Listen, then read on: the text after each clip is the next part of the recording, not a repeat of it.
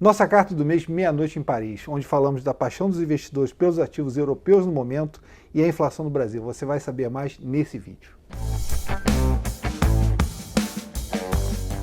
Não deixe de nos seguir nas redes sociais, nosso Instagram está sensacional, Quineia Investimentos. Não deixe de seguir nosso canal no YouTube também e o novo canal do YouTube, Cortes Quineia.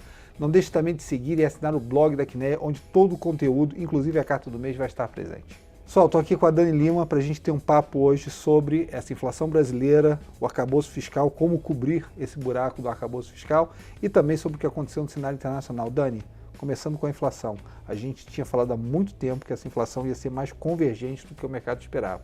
O que aconteceu com esse PCA? Como é que a gente está vendo isso esse mês? Isso aí, Rui. Esse PCA, essa leitura foi um PCA mais baixo do que o mercado tinha e levou até algumas casas a revisarem o número do ano para baixo, dada a sua composição muito boa. Projetar o IPCA no curto prazo, a gente fala que é praticamente uma arte, mas olhando para o médio prazo, tem alguns fatores importantes que acabam ditando a dinâmica, como commodities em reais, o nível de atividade e a própria inércia. E quando a gente olha esses indicadores, todos eles apontam para uma inflação mais baixa daqui para frente. E a gente fala na carta dessa questão, né? Tem a questão dos commodities, dos bens e da inércia. Como é que a gente está vendo essa questão no momento? Então vamos lá, olhando para commodities em reais, né? A gente vê um ambiente bastante favorável. Não só porque real ali até se apreciou nesse curto prazo, mas porque commodities em dólar também vem mostrando bom desempenho. Então a gente teve aqui uma super safra de soja, a produção de milho aqui e lá fora também está indo bem. E a perspectiva é de um ambiente climático positivo, olhando daqui para frente, que deve trazer safras boas. E hoje, Rui, o mercado projeta quedas relevantes nos preços futuros de commodities, mais de 10%. Tudo isso vai se traduzir em pressões de alimentos mais positivas para o Brasil. Mas mais do que alimentos, a gente tem visto outras commodities e outros bens industriais bem comportados. Como, por exemplo, o preço dos industriais no atacado. A gente teve um choque muito grande lá atrás, de demanda e de oferta também, e esse choque já está se revertendo. Então, o preço nos atacados, por exemplo, dos industriais, estão até caindo na margem em alguns setores específicos. Então, a gente espera uma descompressão de bens bem relevante daqui para frente. Arcabouço fiscal. O governo ainda tem que achar receitas para fechar as contas. Esse mês a gente teve discussão ICMS, JCP. O que está acontecendo nesse ambiente? Muita coisa está acontecendo nesse ambiente, Rui. Como você bem colocou, o arcabouço fiscal ele não contrai tanto gasto. Para fechar as contas e aumento de despesa que o governo está projetando, ele vai precisar de arrecadação. E essa arrecadação vai recair sobre um certo setor da economia e o governo tem buscado diminuir os subsídios fiscais, diminuir a isenção fiscal.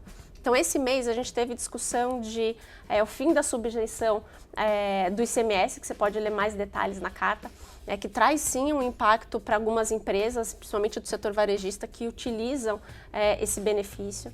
O governo também voltou a discutir o fim da JCP, que a gente acha que ele vai entrar mais em discussão no final do ano, mas isso também tem impactos ali em determinados setores da Bolsa de forma diferente.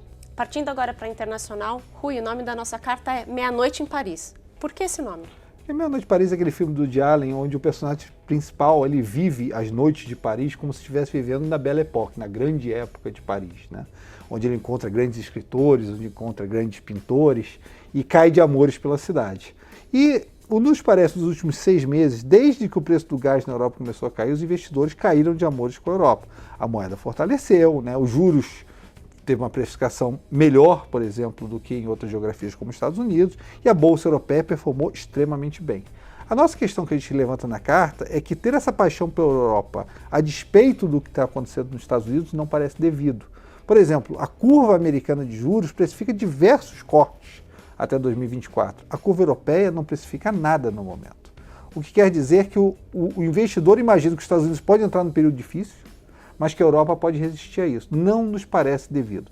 O que nos parece é que se os Estados Unidos realmente entrar num processo difícil, isso vai permear a Europa, e você não pode olhar a Europa separadamente dos Estados Unidos.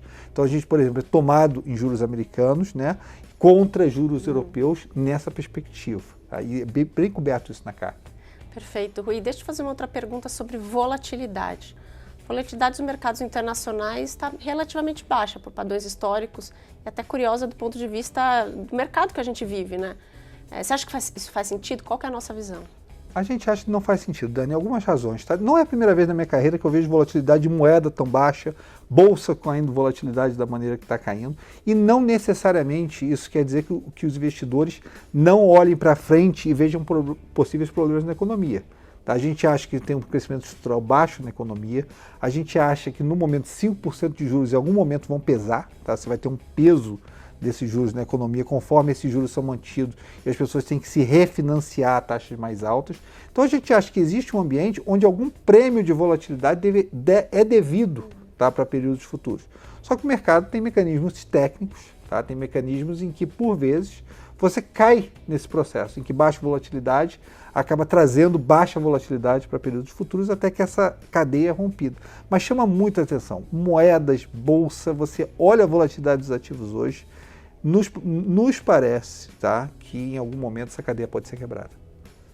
Ficou claro, Rui, obrigada. E uma última pergunta sobre posicionamento, né? Você já comentou um pouquinho dos juros, né? Que a gente tem posições tomadas ali nos Estados Unidos apostando que os juros vão ser um pouquinho mais altos, versus a Europa apostando que os juros vão ser um pouco mais baixos, né? De uma forma geral, como está o posicionamento do fundo esse mês? O posicionamento do fundo, a gente tem, quando você olha a parte de equities, a gente continua com aquela cabeça de que, olha, não tem muito prêmio de risco no momento, tá? O processo econômico não parece conduzir a crescimento de lucros no médio prazo.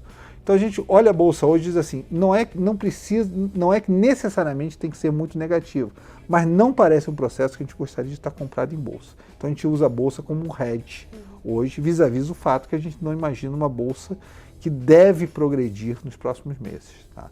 Segundo ponto que a gente considera é, olhando moedas, os Estados Unidos está passando por problemas na economia quando o juros vai de 0 a 5. Só que existem economias muito mais fracas que os Estados Unidos. Você olha a Suécia, você olha a Austrália, você olha a Nova Zelândia, são lugares que a gente imagina em que essa subida de juros global deve custar muito mais caro, principalmente pelo mercado imobiliário, onde afeta muito mais essas economias que os Estados Unidos. Então, dentro do posicionamento de moedas, a gente já está vendido na moeda da Suécia, a gente já está vendido na moeda da Nova Zelândia. Essas economias que a gente vê como mais fracas em relação aos Estados Unidos, a gente vende a moeda delas contra a moeda americana.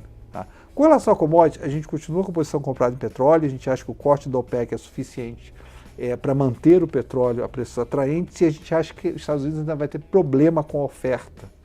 Com essa posição de petróleo, a gente também é comprado no ouro. É uma tese que a gente escreveu há muito tempo numa carta até chamada Adeus Lenin, onde a gente dizia que os bancos centrais iam ter que comprar mais ouro pós a guerra da Rússia. A gente voltou para essa posição recentemente. A gente continua vendido minério, a gente continua com a mesma cabeça da China. A gente acha que a reabertura da China é mais petróleo, é mais bens de luxo, é mais cassino em Macau, mas não é uma recuperação abrangente do mercado imobiliário. Então a gente vende o minério de ferro nessa tese, vende também algumas mineradoras nessa tese. Tá? E juros foi o que você mencionou. A gente tem poucas posições no momento, mas uma posição, além da posição de Brasil, que a gente ainda é aplicado em juros do Brasil, a gente tem essa posição relativa da Europa contra os Estados Unidos. Ficou claro. Bom, pessoal, para mais detalhes, leia a nossa carta lá no blog da Quineia, Meia Noite em Paris. E não deixe de seguir a gente nas nossas redes sociais. Obrigada e até o próximo vídeo.